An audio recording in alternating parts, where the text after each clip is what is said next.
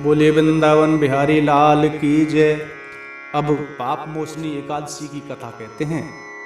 श्री धर्मराज फिर बोले, हे भगवान, मैंने फागुन माह की शुक्ल पक्ष की एकादशी का महात्म्य सुना। अब आप चैत्र माह के कृष्ण पक्ष की एकादशी के बारे में बताइए। इस एकादशी का नाम, इसमें कौन से देवता की पूजा की जाती है तथा विधि क्या है, सो सब सविस्तार पूर्वक कहिए।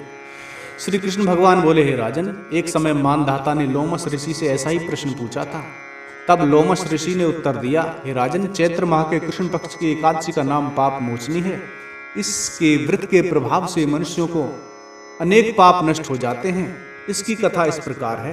प्राचीन समय में एक चैत्ररथ वन में अप्सराएं वास करती थी। वहां हर समय बसंत रहता था।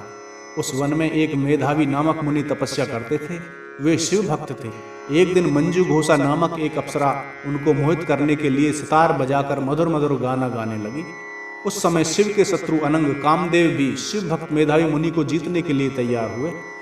कामदेव ने उस सुंदर अप्सरा के भ्रू को धनुष बनाया, कटाक्ष को उसकी प्रत्यंचा डोरी बनाई, उसके नेत्रों को उसने संकेत बनाया और कुचों को कुरी बनाया। उस मंजू घोषा अप्सरा को सेनापति बनाया। इस तरह कामदेव अपने शत्रु भक्त को जीतने को तैयार हुआ। इस समय मेधावी मुनि भी युवा तथा हृष्टपुष्ट थे। उन्होंने यज्ञोपवीत तथा दंड धारण कर रखा था। उन मुनि को देखकर मंजू घोषा ने धीरे धीरे मधुर वाणी में वीणा पर गाना शुरू किया। मेधावी मुनि भी मंजू घोषा के मधुर गान पर तथा उसके सौंदर्य पर मोहित हो गए। वे अप्सरा उन मुनि को कामदेव से पीड़ित जानकर आलिंगन करने लगी।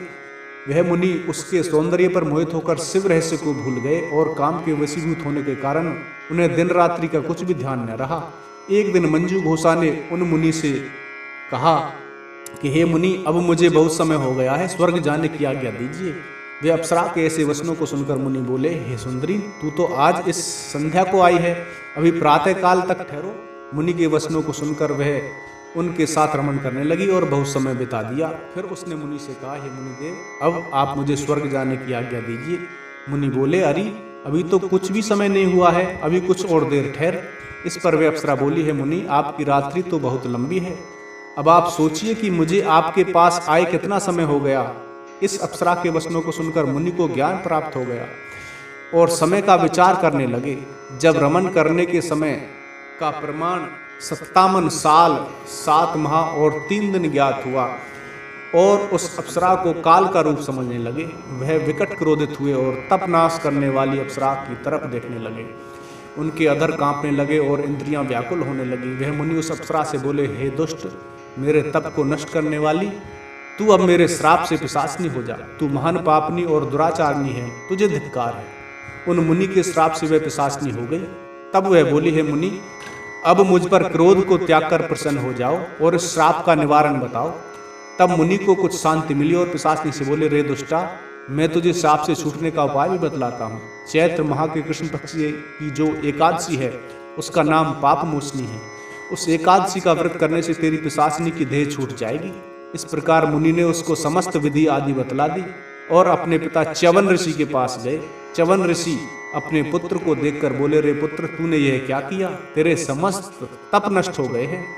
मेधावी बोले, हे पिताजी, मैंने बहुत बड़ा पाप किया है, आप उसके छूटने का कोई उपाय बतलाइए। च्यवन ऋषि बोले, हे तात, तुम चैत्र माह के कृष्ण पक्ष की जो पाप मोचनी नाम की एकादशी है, उसका विधि पूर्वक भक्ति पूर्वक व्रत करो।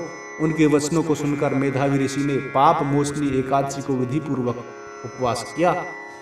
उसके प्रभाव से उनके समस्त पाप नष्ट हो गए। मंजू घोषा अप्सरा भी पाप मोचनी एकादशी का व्रत करने से पिशाचनी की देह से छूट गई और सुंदर रूप धारण करके स्वर्ग लोक को चली गई। लोमस ऋषि बोले, हे राजन, इस पाप मोचनी एकादशी के प्रभाव से सब पाप नष्ट हो जाते हैं। इस एकादशी की कथा के श्रवण में पढ़ने से 1000 गोदान करने का फल मिलता है। इस व्रत के करने से ब्रह्महत्या करने वाले, अगम्या गमन करने वाले आदि के सब पाप नष्ट हो जाते हैं और अंत में स्वर्ग को जाते हैं। इस प्रकार यह पाप मोचनी एकादशी की कथा संपूर्ण हुई। बोलिए काशी महारानी की जय।